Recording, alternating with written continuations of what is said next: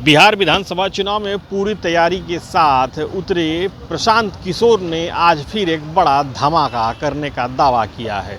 प्रशांत किशोर ने सीधे सीधे डिप्टी सीएम सम्राट चौधरी को अपने निशाने पर लिया है।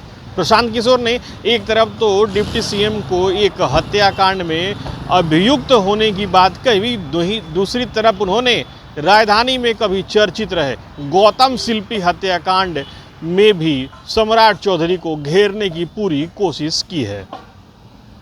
दरअसल प्रशांत किशोर आज राजधानी में थे। उन्होंने एक प्रेस कॉन्फ्रेंस किया और उसके माध्यम से सम्राट चौधरी के ऊपर ताबड़तोड़ आरोपों की बौछार लगा दी। सबसे पहले आप प्रशांत किशोर के बयान को सुनिए। सम्राट चौधरी, इन पर मेरा सीधा आपके माध्यम से सरकार को, बिहार के गवर्नर से, बिहार सरकार से, केंद्र सरकार से मेरा अनुरोध है कि इनको हत्या के आरोप में, ये हत्या के अभियुक्त हैं, इनको तुरंत पद से बर्खास्त करके गिरफ्तार किया जाए। क्यों किया जाए ये समझिए। तारापुर में 1995 में 7 लोगों की जो हत्या हुई और 7 मारे जाने वाले लोग कुशवाहा समाज के लोग थे। ये बिहार में जाति की राजनीति करने वालों के लिए सबक होना चाहिए। सम्राट चौधरी कहते हैं मैं कुशवाहा हूँ।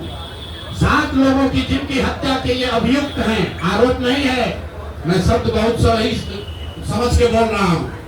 7 लोगों की हत्या के अभियुक्त राकेश कुमार उर्फ सम्राट कुमार मौर्य उर्फ Samrat Chaudhary, Tarapur case number 44/1995, note कर लीजिए।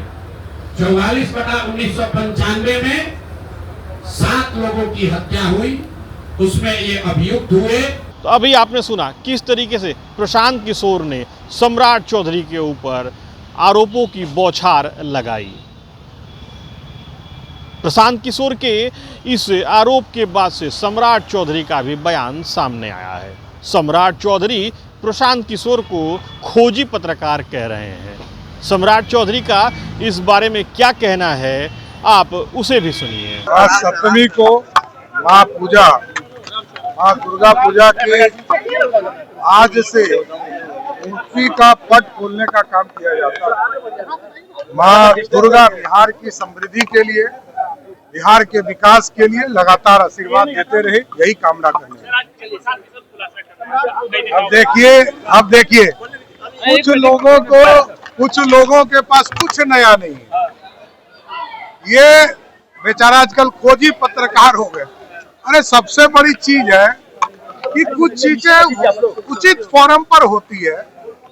जो आदमी अपने भ्रष्टाचार को बचाने के लिए दूसरे के ऊपर थोपने का प्रयास कर रहा है, पहले उसका तो जवाब दे। तो अभी आपने सुना किस तरीके से सम्राट चौधरी प्रशांत किशोर के आरोप पर अपनी बातों को रख रहे हैं। वहीं बिहार बीजेपी के मीडिया हेड दानिश इकबाल सीधे सीधे प्रशांत किशोर को ये कह रहे हैं कि उनके जेल जाने की बारी आ रही है, तो वो अनर्गल आरोप लगा रहे हैं। दानिश इकबाल क्या कह रहे हैं, आप उसे भी सुनिए। प्रशांत किशोर के पागलपन को दर्शाता है।